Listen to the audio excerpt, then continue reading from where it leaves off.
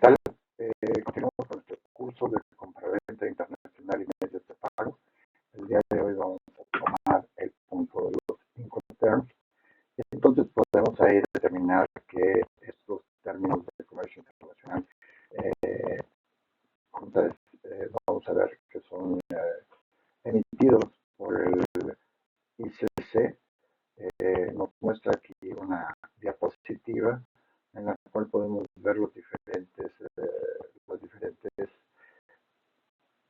intermediarios, lugares y momentos en los que pasa nuestra mercancía. Y entonces podemos elegir, por ejemplo, el FAS. Vamos a hablar de que es un Incoterm marítimo, que significa o que implica que las iniciales son free alongside ship o acostado del barco, mercancía puesta ahí. Y entonces, como vemos, aquí tenemos la mercancía a un costado del puerto, del buque, perdón. Lo cargamos. Aquí podemos ver que el riesgo en este FAS se traspasa al importador en ese momento, es decir, todos los costos y todos los servicios de pasar por lo que sería el recogerlo o tomarlo en la fábrica, pasarlo por el primer transportador, ponerlo al lado del buque, ya corrió por parte del exportador y es el importador quien toma el riesgo y lo corre hasta que llega a su almacén y paga todos los servicios. Obviamente lo pasa por en el sitio de destino, pasa lo que serían los servicios de aduana y todos los registros y todo lo que sucede. Bien, y cada uno de los 5 tags que están aquí descritos tenemos que vamos a estudiar para ver su funcionalidad. Dentro de las generalidades de los 5 tags ya hemos visto que son emitidos por el International Chamber of Commerce Trade Terms, que revisa y aclara dudas y sobre todo resuelve controversias. Los revisa obviamente los Incoterms y una vez revisados los emite cada 10 años. La última emisión fue en 2020. A los Incoterms se les conoce como cláusulas del precio y su pretensión es dar un entendimiento pleno de estos términos del comercio internacional. Esto hace que se estrechen las uniones industriales y de transporte para entender y manejar estos 5 temas. Y se resuelve todo con rapidez. Cómo llevar a cabo el comercio internacional. Resuelven inconveniencias de gobernanza entre, por ejemplo, entre el puerto de salida y el puerto de entrada, etc. Su legalidad, lenguaje, prácticas, modos, usos logísticos y procedimientos, todo está expuesto en cada uno de los 5 temas. Y sobre todo está destinado el momento y punto de entrega. En esta otra gráfica pretendemos tener también las mismas situaciones en cuanto a el riesgo, en cuanto a quién paga, en cuanto a quién es el responsable en cada uno de los momentos en los que pasa desde la fábrica del vendedor, el carrier, la terminal, vamos a decir, se la carga en buque, la descarga en buque, la terminal, etcétera, hasta que llegamos a la bodega del comprador. Bien, la evolución de los Incoterms es sencilla, porque en 1812 ya se tenían registros del uso del FOB, en 1890 empezó a registrarse el CIF, en 1919 se constituyen los RAF, que son los términos americanos en su comercio exterior. En 1920 vamos a decir que se internacionalizan, basados en esos RAF se constituyen los Incoterms. En 1928 se hacen las primeras publicaciones con 6 términos comerciales de 30 países reconocidos. Su primera edición es en 1936. En 1953 en el Congreso de Viena se analiza. En 1976 empezamos con la actividad aeroportuaria registrada en incoterms específicos para tal efecto. En 1980 ya empezamos a considerar el uso de sistemas de cómputo y carga contenerizada.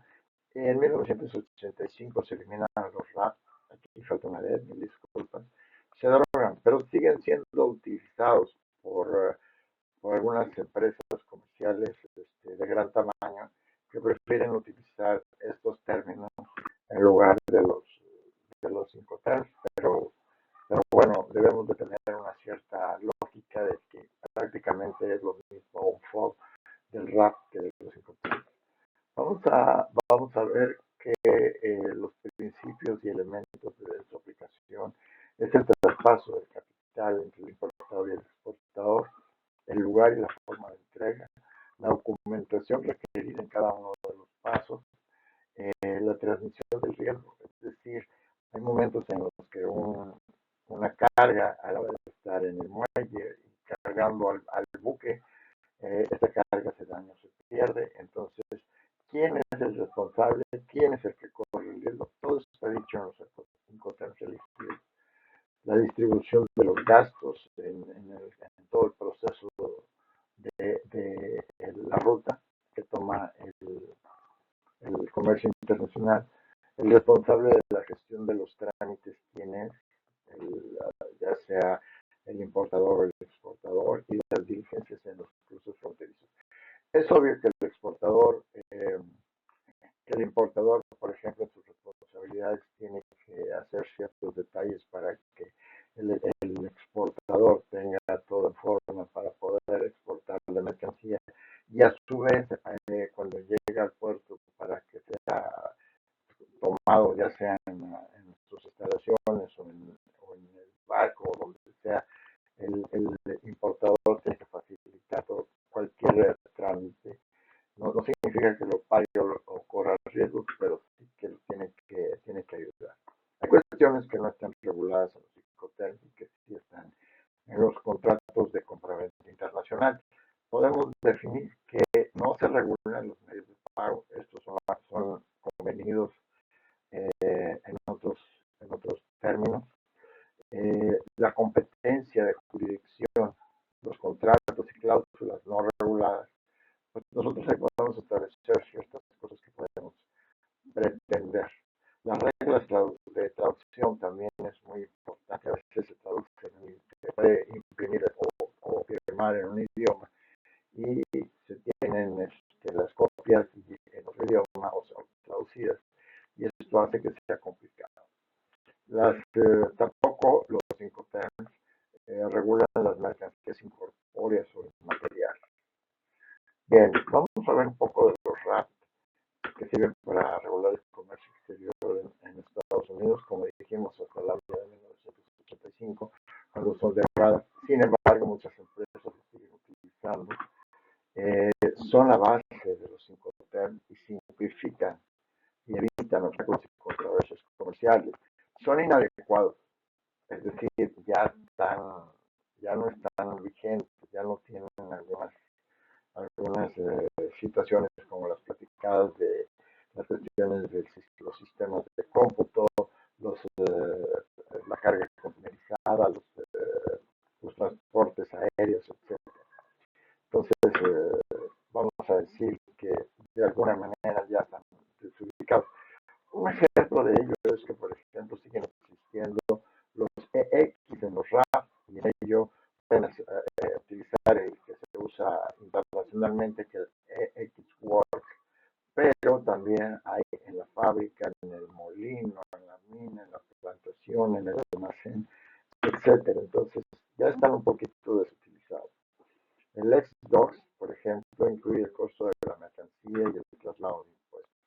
El PAS, entrega de la mercancía en el buque. Luego hay uno que se llama CIF, o sea, los costos y los fletes.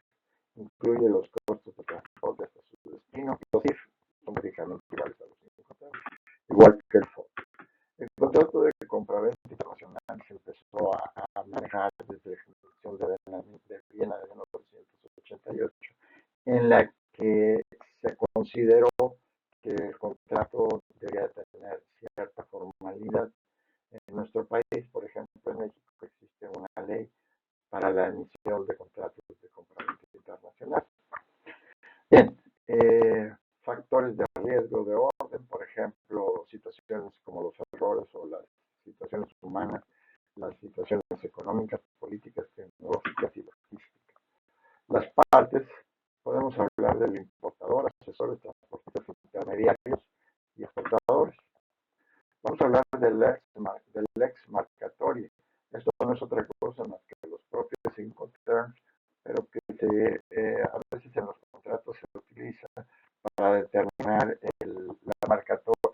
la Incoterms a la cual se refiere el contrato que se está utilizando. Un contrato es un acuerdo de dos o más personas para determinar obligaciones y responsabilidades. La compraventa internacional, ya vimos la definición, aquí tenemos otra más, pero sin embargo es importante que la estudiemos. Las partes casi siempre son personas físicas o morales. En las morales debemos de considerar el poder que lo autoriza para representar a una de las compañías. La negociación son todos los encuentros y comunicaciones, intercambios que sirven de base para generar el contrato. Estas pueden también intervenir en el caso de controversias y son aceptadas por el ICC, por la Cámara de Comercio Internacional para dirimir diferencias. Bien, continuando con el contrato, podemos decir que en la última cláusula generalmente se establece lo que sería el derecho aplicable. Esto es, si por ejemplo nos vamos vamos a decir que considerar las leyes del estado de Nueva York o vamos a utilizar las leyes de México o del vendedor, etcétera. Generalmente esto es muy importante definirlo en el contrato porque de otro modo, si no queda definido, pues obviamente las diferencias para ser dirimidas es difícil. Es difícil emitir laudo. Las comunicaciones que ya habíamos visto pueden considerarse como válidas los telegramas, teles y correo electrónico. Esto es la forma del contrato. No necesita ser firmado, no necesita constar por escrito. Tiene que haber un acuerdo de las partes, tiene que haber testigos de que se acordaron ciertos términos y en ese momento ya tenemos para efectos las obligaciones y las responsabilidades de las partes intervinientes y sirve para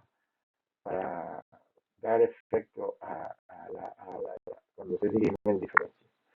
Los adendums son cuando tenemos algún acuerdo adicional al contrato posterior a la firma y en ese momento es cuando esos anexos ayudan a establecer detalles de lo que se está llevando a cabo.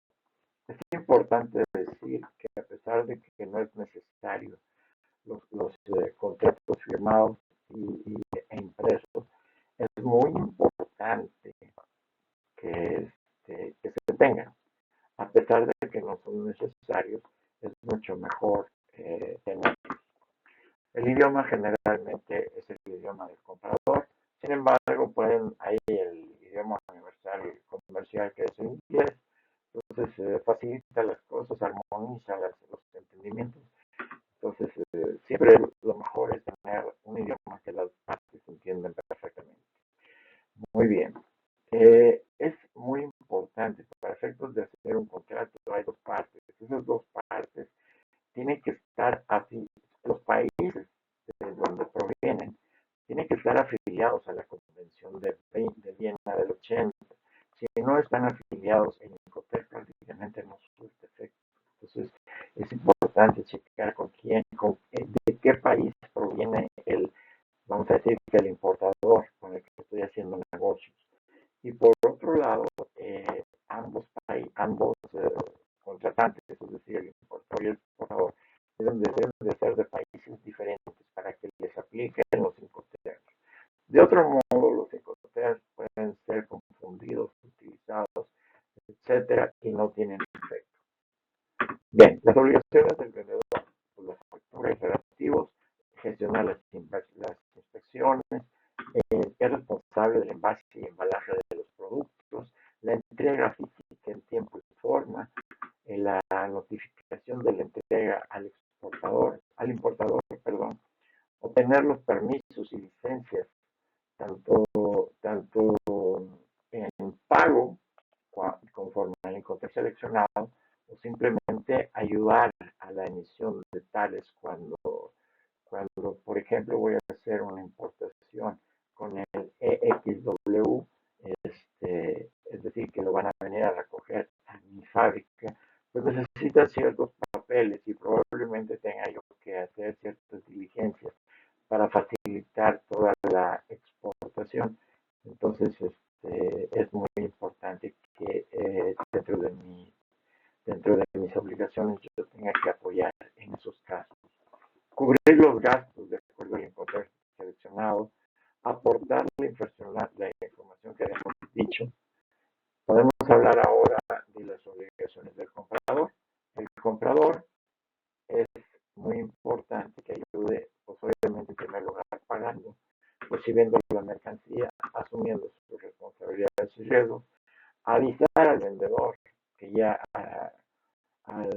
que ya llevó la mercancía, en este caso también hacerse cargo de los gastos de los documentos, avisar de la recepción de la mercancía, pagarlo, cualquier gasto adicional que esté dentro de su responsabilidad, de acuerdo al Incoterm seleccionado, y la obtención de permisos y autorizaciones en el país en el cual se lleva a cabo.